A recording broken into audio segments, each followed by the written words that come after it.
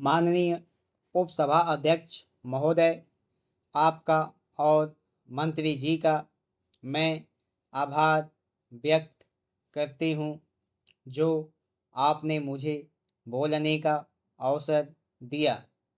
विधेयक प्रस्तुत करने वाले सदस्य यहाँ नहीं हैं, लेकिन उनका रोजी रोटी, कपड़ा और मकान विधेयक देखकर मुझे लेनिन का वह कथन स्मरण हो गया है जिसको मैं समझती हूँ कि यहाँ पर उद्धृत किया जाए।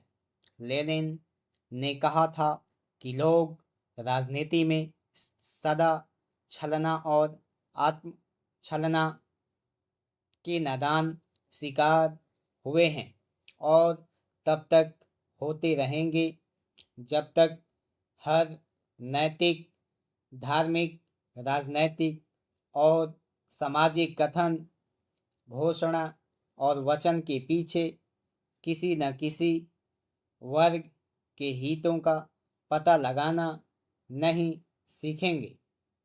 सुधारों और छोटे मोटे परिवर्तन के समर्थक जब तक यह नहीं समझेंगे कि हर पुरानी संस्थान वह कितनी ही बर्बरतापूर्ण और सड़ी हुई क्यों न प्रतीत होती हो, शासक वर्ग के संरक्षण पर बनी रहती हैं और तब तक पुरानी प्रथा के संरक्षक उन्हें बेवकूफ़ बनाते रहते हैं। इसलिए पता नहीं माननीय सदस्य ने यह विधेयक पेश करके स्वयं को छला है या हमको छला है, यह तो वे ही बता सकते हैं, लेकिन वे उपस्थित नहीं हैं। उपस्थित होते तो बताते। यह रोजी रोटी, कपड़ा और मकान का मामला मनुष्य की मूलभूत आवश्यकताओं से जुड़ा हुआ है और इसलिए मनुष्य के अधिकार से जुड़ा हुआ है।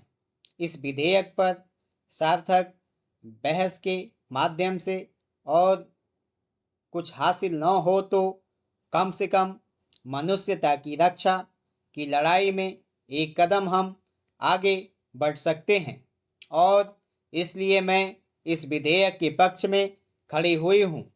रोजी रोटी, कपड़ा और मकान मनुष्य मात्र की मूलभूत आवश्यकताएं हैं। इनके अभाव में इंसान इंसान के रूप में जीने की कल्पना भी नहीं कर सकता है। जो समाज लोगों की इन मूलभूत आवश्यकताओं की पूर्ति नहीं कर सकता है, उस समाज को अपराधी के कटघरे में खड़ा किया जा सकता है। प्रश्न यह है कि अंततः वे कौन सी चीज़ें हैं जो मनुष्य को पशु से अलग करती हैं। मनुष्य और पशु में भेद करना हमें सिखाती हैं। एक सुरक्षित स्थान में रहना, खाना पीना, प्रजनन करना, यह काम जानवर भी करता है। हालांकि मेरी दृष्टि में यह भी मानवीय कर्म ही हैं, लेकिन इन कर्मों को आप सिर्फ इन्हीं तक सीमित रखकर देखें तो इंसान और जानवर में कोई अंतर नहीं होता।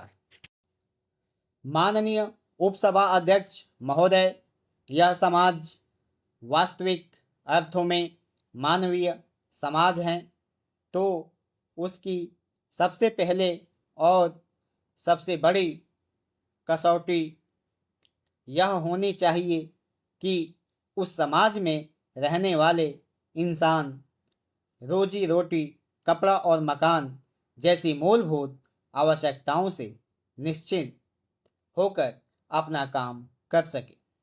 उपसभा अध्यक्ष महोदय, इन मूलभूत आवश्यकताओं को पूरा करके ही इंसान इंसान कहलाता है और उसकी मानवीय चेतना और उसकी मानवीय सर्जना उन्मुक्त होती हैं। इसलिए यह आवश्यक है कि इस दिशा में सबसे पहले कदम यानी रोजी का अधिकार अर्थात काम का अधिकार सुनिश्चित किया जाए।